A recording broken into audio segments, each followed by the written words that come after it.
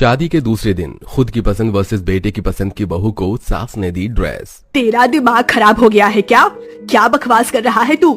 शादी को 2 दिन रह गए हैं और अब तू शादी करने से इनकार कर रहा है। मैं जानता हूँ कि ये बात मुझे आपको पहले ही बता देनी चाहिए थी, लेकिन आपकी खुशी के चलते मैं नहीं बता सका। लेकिन अब और नहीं, मैं आपकी खुशी के लिए अपनी जिंदगी तो बर्बाद नहीं कर सकता ना। मैं शांति से बहुत प्यार करता हूँ और मैं उसी से शादी करना चाहता हूँ। आखिरकार कौन है वो लड़की? किस बिजनेसमैन की बेटी है? क्या करती है? कहाँ रहती है? कुछ तो बता। वो किसी बिजनेसमैन की बेटी नहीं है, बल्कि उसके पिता एक छोटी सी किराने की दुकान चलाते हैं। माँ सिलाई करती है और शांति बच्चों को ट्यूशन पढ़ाती है। क्या कहा तूने? इसका मतलब वो एक गरीब परिवार से है। अरे नालायक, मैं तेरी शादी इतने बड़े घराने में कर रही हूँ, दहेज में लाखों रुपए मिल रहे हैं, गाड़ी मिल रही है, और तू यह सब छोड़कर उस गरीब से शादी करना चाहता है। चाहे कुछ भी हो जाए, मैं ये शादी नहीं होने दूंगी। तू शादी करेगा तो मेरी ही पसंद से करेगा। अगर आप ये शादी नहीं होने देंगी तो मैं अपनी जान दे दूंगा, लेकिन मैं शांति के अलावा किसी और से शादी नहीं करूंगा। मोहित गुस्से में अपने कमरे में जाता है और दरवाजा बंद कर देता है, जिसे देख मोहित का बड़ा भाई अनुराग। हमें होश में काम लेना होगा। आप तो जानती हो कि मोहित कितने गुस्से वाला है। अगर उसने कोई कदम उठा लिया तो फिर हमारा ही नुकसान है। आप मोहित की शादी करवा दो उस लड़की से। मैं रिश्ते वालों से बात कर लूंगा। लड़की किसी अमीर घर से होती तो मुझे कोई दिक्कत नहीं थी, मैं खुशी खुशी उससे लेकर आती। लेकिन वो लड़की गरीब घर से है और ऊपर से लव मैरिज करके इस घर में आएगी। लव मैरिज वाली लड़कियां कहीं घर जाकर नहीं रखती, कभी घर को जोड़ कर नहीं रखती हैं। तू देखना, एक ना एक दिन वो लड़की जरूर इस घर का बंटवारा करवा कर रहेगी। मैं तुझे लिख कर दे रही हूँ। आगे क्या होगा ये किसे पता, लेकिन अब जो है उसे ठीक करना जरूरी है ना। बड़े बेटे अनुराग के समझाने पर कलावती ना चाहते हुए भी मान जाती है। तो वहीं अनुराग रिश्ते वालों से बात कर उनसे माफी मांगते हुए रिश्ते के लिए मना कर देता है। और अब 2 दिन बाद जहां एक तरफ कलावती की खुद की पसंद की बहू आती है, तो वहीं दूसरी तरफ बेटे की पसंद की बहू आती है। ऐसा लग रहा है तुम्हारी बहू का गृह प्रवेश नहीं, बल्कि किसी राजा की महारानी अपने महल में आ रही है। इतनी सारी लड़कियां हाथों में फूल लेकर खड़ी हैं, बैंड बाजे वाले ढोल बजाने के लिए तैयार हैं। तुमने तो काफी अच्छा इंतजाम किया है। करती भी कैसे नहीं। अरे मेरी बहू जो आई है वो भी मेरे खुद की पसंद की। कितनी सुंदर है मेरी बहू। इसके गृह प्रवेश में मैं किसी भी तरह की कोई कमी नहीं छोड़ सकती थी। अरे तुम लोग क्या देख रहे हो? जल्दी से ढोल बजाओ और तुम लड़कियां मेरे बहू के हर एक कदम पर उसके पैरों पर फूल बरसाओ। ढोल ताशे के साथ धूमधाम से कलावती अपनी खुद की पसंद की बहू तारा का गृह प्रवेश करती है। तो वहीं शांति अभी तक दहलीज पर ही खड़ी थी, जिसे देख ममता, इसका गृह प्रवेश कर दो। लेकिन मालकिन, मैं कैसे करूं? छोटी बहू रानी का गृह प्रवेश? मैं तो एक नौकरानी हूँ, यह फर्ज तो आपका बनता है। गृह प्रवेश करने का मेरा सिर्फ मेरी खुद की पसंद की बहू पर हक है, ना कि बेटे की पसंद की। और अगर तू नहीं करेगी तो यह खुद कर लेगा। कलावती बड़े प्यार से अपने खुद की पसंद की बहू तारा का हाथ पकड़ते हुए उसे उसके कमरे तक ले जाती है। तो वहीं घर की नौकरानी सभी मेहमानों के सामने शांति का गृह प्रवेश करती है। मोहित शांति को अपने कमरे में लेकर आता है। शांति, मैंने तुमसे अपनी माँ के बारे में कुछ भी नहीं छुपाया है। मैं जानता था कि वो ऐसा ही कुछ न कुछ करेंगी, लेकिन फिर भी मैं उनकी तरफ से तुमसे माफी मांगता हूँ। ऐसा मत करिए मोहित, इसमें आपकी कोई गलती नहीं है। माँ जी भी अपनी जगह सही है, लेकिन आप देखना, एक ना एक दिन मैं उनका दिल जरूर जीत लूंगी। मुझे तुम पर पूरा भरोसा है। तारा बहू, 2 कमरे छोड़कर ही मेरा कमरा है। अगर रात में किसी भी चीज की जरूरत हो तो मुझे बोल लेना और मैं तुम्हारे लिए कुछ भिजवाऊं ठंडा। नहीं माँ जी, इसकी कोई जरूरत नहीं है। वैसे मेरे मायके से जो दहेज आया था वो कहाँ है? अरे तो मैंने एक कमरे में अच्छे से रखवा दिया है। काफी महंगा महंगा सामान था उसके अंदर, और तुम्हारे घर वालों ने कहा था एक गाड़ी भी आएगी, लेकिन अभी तक आई नहीं।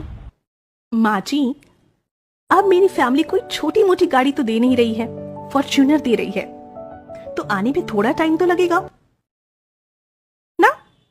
कल परसों तक आ जाएगी। और हाँ, मेरे दहेज का भी थोड़ा अच्छे से ध्यान रखिएगा। सारा सामान मेरे मायके वालों ने बाहर विदेश से मंगवाया है। अब जाइए और मुझे आराम करने दीजिए, मैं काफी थक गई हूँ।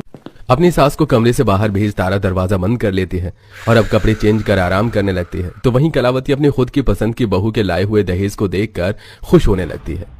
वैसे तो भगवान की कृपा से हमारे घर में किसी भी चीज की कोई कमी नहीं है, लेकिन मेरी अमीर बहू तो कुछ ज्यादा ही अच्छा दहेज का सामान लेकर आई है। यही तो फायदा होता है खुद की पसंद की बहू लाने का।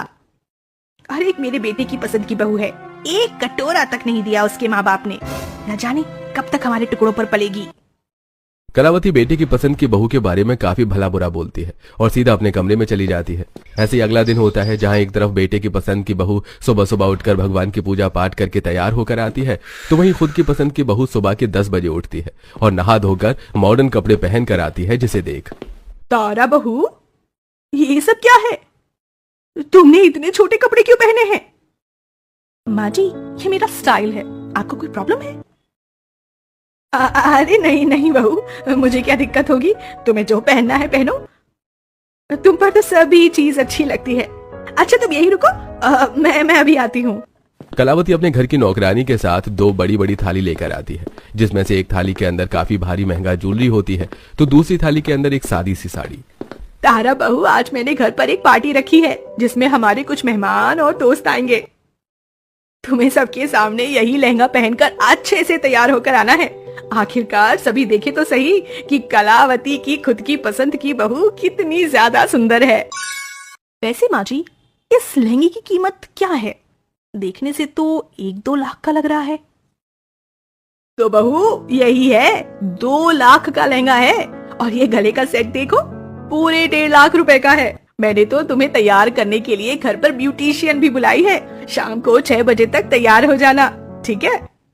और तू शांति बहू, ये पकड़ अपनी साड़ी। शाम को तू भी समय से तैयार हो जाना इसे पहनकर।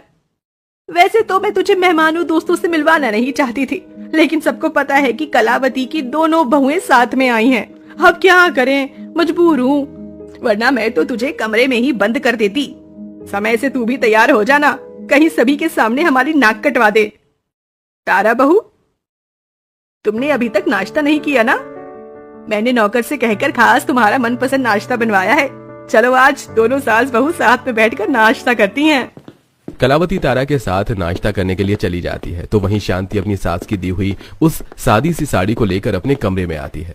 तारा को इतना महंगा लहंगा दिया और तो और उसे तैयार करने के लिए बाहर से पार्लर वाली भी बुला रही है, लेकिन मुझे इतनी सिंपल साड़ी दी है।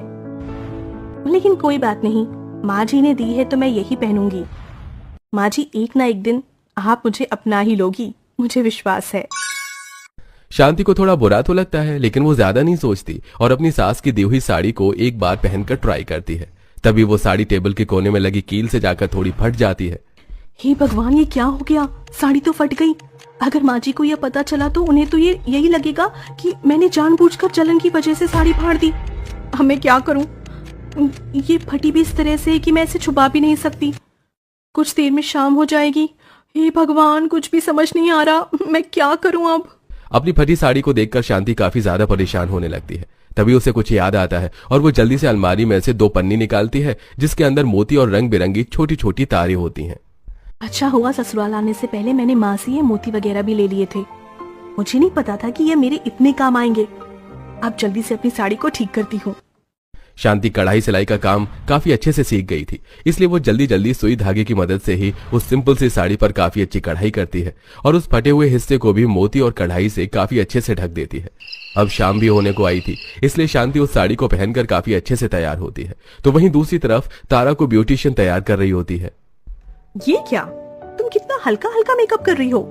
मुझे बोल्ड लुक चाहिए। आपके फेस पर बोल्ड लुक ज्यादा अच्छा नहीं लगेगा, इसलिए मैं आपको न्यूड मेकअप कर रही हूँ। जब मेकअप पूरा हो जाएगा तो ये आपको भी काफी अच्छा लगेगा। मेरी बहू ने तुमसे कोई सजेशन नहीं मांगा है, उसने जो कहा है वो करो और इस तरह तैयार करो मेरी बहू को कि हर कोई सिर्फ उसे ही देखे। आज उसकी शादी का दूसरा दिन है। कलावती की बात सुनकर वो ब्यूटिशियन तारा का वैसा ही मेकअप करती। थोड़ी देर में सभी मेहमान आ जाते हैं और अब कलावती अपनी पसंद की बहू को सबके सामने लेकर आती है। सबकी नजर तारा पर टिकी हुई थी। तारा मन ही मन यही सोच रही थी कि वो काफी सुंदर लग रही है, इसलिए सब उसे देख रहे हैं। लेकिन जब वो लोगों के पास आती है, तुम्हारी बहू ने कितना हैवी मेकअप किया है और इतना मेकअप तो इसने अपनी शादी में भी नहीं किया था। और ये लहंगा, इस तरह के लहंगे तो पुराने समय में चला करते थे, आजकल तो इतने तरह तरह के लहंगे आ रहे हैं, फिर भी तुम्हारी बहू ने ये लहंगा लिया। तुम्हारी बहू की कपड़ों के मामले में चॉइस अच्छी नहीं है। वैसे कितने का लहंगा लिया है तुमने ये? ये लहंगा मैंने नहीं लिया है, बल्कि माँ जी ने मुझे गिफ्ट किया है। और ये कोई ऐसा वैसा सस्ता लहंगा नहीं है, पूरे 2 लाख का है। क्या तुमने 2 लाख का? कलावती बहन, वैसे तो तुम बड़ी समझदार बनती हो, लेकिन सच में इस बार तो तुम्हें दुकान वाले ने ठग ही लिया। अपना मजाक बनता देख तारा मन ही मन अपनी सास पर काफी ज्यादा गुस्सा करने लगती है। तभी वहां शांति अपनी सास की दी हुई उस साड़ी को पहन कर आती है जिस पर उसने थोड़ी देर पहले कढ़ाई की थी। सभी लोग शांति को देखकर काफी खुश होते हैं और उसकी साड़ी की भी काफी तारीफ करते हैं। वाह शांति बहू, तुम्हारी साड़ी तो काफी सुंदर लग रही है। कलावती, अपनी दूसरी बहू को भी ऐसी ही साड़ी दिला देती। कितनी प्यारी साड़ी है। आज तक मैंने इतनी दुकानों में साड़ियाँ ली है, लेकिन कहीं भी इस तरह की साड़ी देखने को नहीं मिली। कितनी सुंदर कारीगरी हुई है इस पर। काफी महंगी होगी ना? छोटी बहू, तू भी काफी सुंदर लग रही है।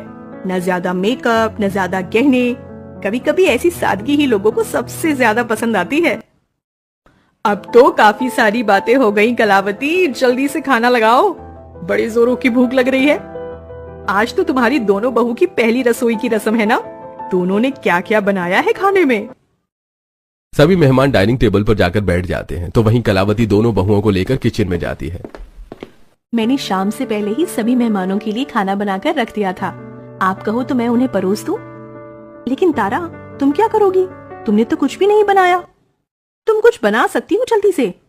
हाँ, बना सकती हूँ। तुम्हें क्या, मुझे कोई ऐरा गहरा समझ रखा है क्या?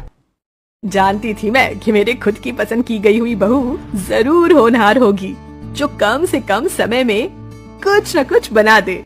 तारा ने कह तो दिया था, लेकिन उसे कुछ भी बनाना नहीं आता था। तारा जल्दी जल्दी फोन में पास्ता बनाने की वीडियो देखती है और अब सभी मेहमानों के लिए पास्ता बनाने लगती है। थोड़ी देर में जहां एक तरफ शांति सभी मेहमानों के लिए पालक पनीर, शाही पनीर, बिरयानी, नान, रायता, खीर जैसे अलग अलग तरह के पकवान लेकर आती है, तो वहीं तारा सभी को पास्ता परोसती है। ये देख।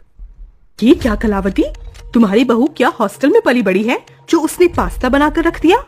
अपनी पहली रसोई की रस्म में अपनी दूसरी बहू को ही देख लो, कितना कुछ बनाया है इसने। पास्ता बनाने से जिंदगी नहीं चलती है। अब जिंदगी भर के अपने पति को पास्ता ही खिलाओगी? हाँ, खिलाऊंगी, क्योंकि उन्हें कोई प्रॉब्लम नहीं है। तारा के इस जवाब से कहीं बात न बिगड़ जाए, शांति बात को संभालते हुए कहती है। ऐसा नहीं है आंटी जी, वो क्या है ना, खाना बनाने में तारा ने ही मेरी मदद की है। हम दोनों ने मिलकर खाना बनाया है। और रही पास्ता की बात, तो तारा का काफी मन था तो उसने वो भी बना दिया। फिर तो सही है अगर दोनों बहू ने मिलकर बनाया है। शांति के हाथ का बनाया हुआ खाना सभी को काफी पसंद आता है और सारे मेहमान काफी तारीफ भी करते हैं। तो वहीं जब कलावती अपनी पसंद की बहू का बनाया हुआ पास्ता खाती है तो उसका मुंह बन जाता है, लेकिन वो अपनी बहू को कुछ भी नहीं कहती। शांति को इस तरह बात संभालता देख और तारा की इज्जत रखते हुए देखकर भी कलावती और तारा को कोई फर्क नहीं पड़ता। सभी मेहमानों के जाने के बाद दोनों सास बहू कमरे में चली जाती है तो वहीं शांति अपनी सास की दी हुई साड़ी बदलकर घर के कामों में लग जाती है। माँ जी, आपकी वजह से लोगों ने मेरी कितनी बेइज्जती की। क्या जरूरत थी इतना पुराना लहंगा लाने की? मुझे ये लहंगा पसंद आया था तो मैंने ले लिया। मुझे क्या पता था कि लोग इस तरह मजाक उड़ाएंगे। वो तो शुक्र मनाइए कि मैंने ज्यादा कुछ नहीं बोला, वरना आपकी खूब बेइज्जती होती। अब क्या आप मेरे कमरे में खड़ी रहेंगी या जाएंगी भी? आराम करने दीजिए। तारा का ऐसा रूखा बर्ताव कलावती को बिल्कुल भी पसंद नहीं आता, लेकिन तारा थी तो कलावती की खुद की पसंद की बहू, इसलिए वो उसे कुछ नहीं कहती। 1-2 दिन गुजर जाते हैं। शांति घर की सारी जिम्मेदारियां संभाल लेती है तो वहीं तारा कभी लेट नाइट पार्टी, कभी अपने दोस्तों के साथ बाहर घूमने जाती, तो कभी पूरा दिन बस अपने कमरे में पड़ी मूवी देखती। ये सब देखकर भी कलावती हमेशा तारा की इन गलतियों को नजरअंदाज करती। समय गुजरता है और आज कलावती ने अपने घर पर पूजा रखवाई होती है, जहां मोहल्ले के काफी सारे लोग आते हैं। सभी ने साड़ी सूट पहना होता है। तभी कलावती की खुद की पसंद की बहू तारा जीन्स टॉप में पूजा में आती है, जिसे देखकर तुमने अपनी बहू को बताया नहीं कि घर में पूजा है? कोई क्लब की पार्टी नहीं जो तुम्हारी बहू ये छोटे छोटे कपड़े पहनकर आ गई। मेरी बहू जैसे भी कपड़े पहने उसकी मर्जी। पूजा करने से मतलब है, ना कि कपड़ों से। मुझे यकीन नहीं हो रहा कि इस उम्र में आप ऐसी बातें कर रही हैं। मैं तो समझता था कि आपकी बहू काफी संस्कारी है, लेकिन आप लोग कहना क्या चाहते हैं? मैं जीन्स टॉप पहनूं, 1 पीस पहनूं, आप लोगों को इससे क्या दिक्कत है? पूजा करनी है तो करिए, वरना चलते बनिए यहाँ से। इस बात को सुनकर सभी लोगों को काफी गुस्सा आता है। कलावती, हमें यहाँ पूजा के लिए बुलाया था या तुम्हारी बहू से बेइज्जत होने के लिए? आज के बाद तुम्हारा हमसे कोई रिश्ता नहीं है। पड़ोसियों की बात सुनकर कलावती को काफी ज्यादा बुरा लगता है। मैंने कभी तुम्हें कपड़ों के लिए नहीं रोका टोका, लेकिन अगर अब पूजा की बात आती है तब तो तुम ठीक कपड़े पहन सकती हो ना। उन लोगों के सामने भी मैंने तुम्हारी ही साइड ली और तुमने उनको उल्टा जवाब दे दिया। अब क्या इज्जत रह गई है मेरी मोहल्ले वालों में? माँ जी, आपको मोहल्ले वालों की पड़ी है या अपनी बहू की? अगर इतना ही मोहल्ले वालों की फिक्र है ना तो रहिए उनके पास, मैं चली अपने मायके। तारा काफी अमीर घर से थी, इसलिए उसमें घमंड और बदतमीजी की भी कोई कमी नहीं थी। वहीं कलावती को अपनी अमीर बहू से आए दिन कुछ ना कुछ चीज मिलती रहती थी, जिसके चलते कहीं ना कहीं इन सब के बावजूद भी कलावती के अंदर एक लालच था। इसलिए वो अपनी खुद की पसंद की बहू को कुछ नहीं कहती और हमेशा अपने बेटे की पसंद की बहू में ही कमी निकालती। जब मैंने कहा था कि दाल में राई का तड़का लगना चाहिए तो तुमने जीरे का तड़का क्यों लगाया? मुझे नहीं खानी है ये दाल। माँ जी, आज काफी कुछ बनाया था तो गलती से मैंने जीरे का तड़का लगा दिया। आप इस बार खा लीजिए, मैं आइंदा ध्यान रखूंगी। अरे शुक्र मनाओ कि तुम्हें मुझ जैसी इतनी अच्छी सास मिली है, वरना जिस तरह की सास मुझे मिली थी अगर तुम्हें मिलती ना तो तुम तो दूसरे दिन ही घर छोड़कर चली जाती। मेरी बहू से कुछ सीखो, कभी कोई गलती नहीं करती और तुम हो कि बिना गलती करे कभी रहती ही नहीं हो।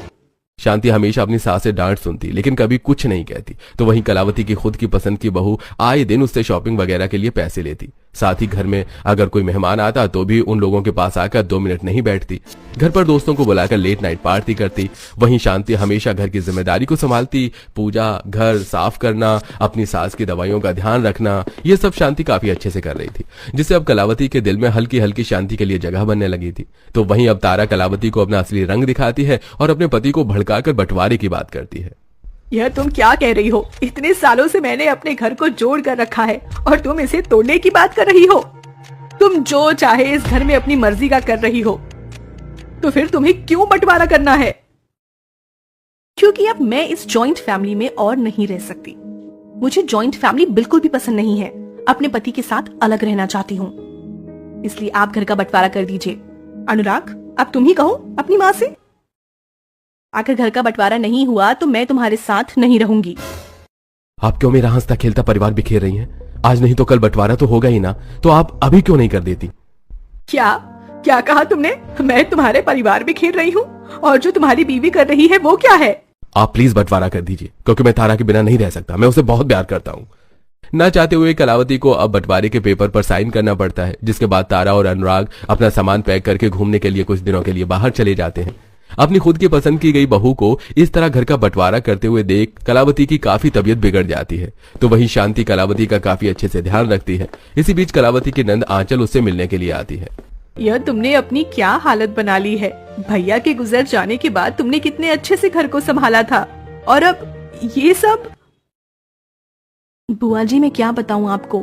माँ जी से मैं इतना कहती हूँ कि समय से दवाई खाइए, खाना खाइए, लेकिन वो मेरी सुनती ही नहीं है। इन्हें मैंने अपने हाथों से खाना खिलाने की कोशिश की। अब आप ही बताइए मैं क्या करूं? मैंने तारा को किसी भी चीज की कमी नहीं छोड़ी थी, लेकिन उसने ही मेरे घर का बंटवारा कर दिया। मेरा हंसता खेलता परिवार अलग हो गया। हमेशा जरूरी नहीं कि खुद की पसंद की लाई हुई बहू हमेशा घर जोड़ के रखे। शांति के बारे में तुमने कितना भला बुरा कहा था कि वो तुम्हारा घर तोड़ देगी, बंटवारा करा देगी, लेकिन देखो शांति ने हमेशा घर को संभाले रखा और तुम्हारी खुद की पसंद की बहू ने ही घर का बंटवारा करके चली गई। लेकिन तुम्हें परेशान होने की कोई जरूरत नहीं है, क्योंकि घर का बंटवारा हुआ ही नहीं है। दीदी, ये आप क्या कह रही हैं? मैंने खुद अपने हाथों से बंटवारे के पेपर्स पर साइन किया है। भैया ने मरने के पहले एक वसीयत तैयार की थी और उस पर साफ साफ लिखा था कि जब तक तुम उन पेपर पर साइन नहीं कर देती तब तक किसी और पेपर पर साइन करने से इस घर का बंटवारा नहीं हो सकता। तुम देखना, कुछ दिनों में तुम्हारे बहू बेटे वापस आएंगे। इस बीच शांति कलावती का काफी अच्छे से ध्यान रखती है और आंचल की बात बिल्कुल ठीक निकलती है। कुछ दिनों में तारा और अनुराग घर वापस आते हैं और अब कलावती के सामने आते हैं। मुझे माफ कर दो माँ, मुझसे बहुत बड़ी गलती हो गई। हमें ये सब नहीं करना चाहिए था। माँ जी, हमें माफ कर दीजिए, हमसे बहुत बड़ी भूल हो गई। मैं जानती हूँ कि तुम दोनों का नाटक है ताकि मैं जायदाद तुम्हारे नाम कर सकूं। तुम्हें ये सब नाटक करने की कोई जरूरत नहीं है। तुम्हारे हिस्से की जो प्रॉपर्टी है तुम्हारे नाम कर दूंगी। पहले तो मैं इस बंटवारे से काफी दुखी थी, लेकिन अब मुझे लग रहा है कि यह बंटवारा सही है, क्योंकि तुम जैसे घर तोड़ने वाले लोगों के साथ एक छत के नीचे नहीं रह सकती। तारा बहू, मैं तो हमेशा से तुझे अपनी बेटी जैसा प्यार करती थी। तूने जो भी चीज मांगी मैंने ला कर दी, लेकिन गलती मेरी ही थी। मैं ही तेरे पैसों को देखते हुए लालच में आ गई थी और हीरे को कोयला और कोयले को हीरा समझ बैठी। शांति बहू, मुझे माफ कर देना। मैंने आज तक जो भी तुम्हारे साथ किया वो बहुत गलत था, लेकिन अब ऐसा कुछ भी नहीं होगा। अब मैं तुम्हें अपने बेटे की पसंद की बहू नहीं बल्कि अपने बेटी बनाकर रखूंगी। मैं जानती थी माँ जी, एक ना एक दिन आप मुझे जरूर अपना लेंगी। शांति कलावती के पैर छूकर उससे आशीर्वाद देती है। कलावती आज पहली बार शांति को दिल से आशीर्वाद देते हुए अपने गले से लगाती है, तो वहीं पेपर्स पर साइन कर अपनी पसंद की बहू और बेटे को घर से निकाल देती है। तारा की वजह से अनुराग हमेशा हमेशा के लिए अपनी माँ का प्यार खो बैठता है, जिसे उसे जिंदगी भर अफसोस रहता है। तो वहीं कलावती अपने बेटे मोहित और बहू शांति के साथ हंसी खुशी रहती है।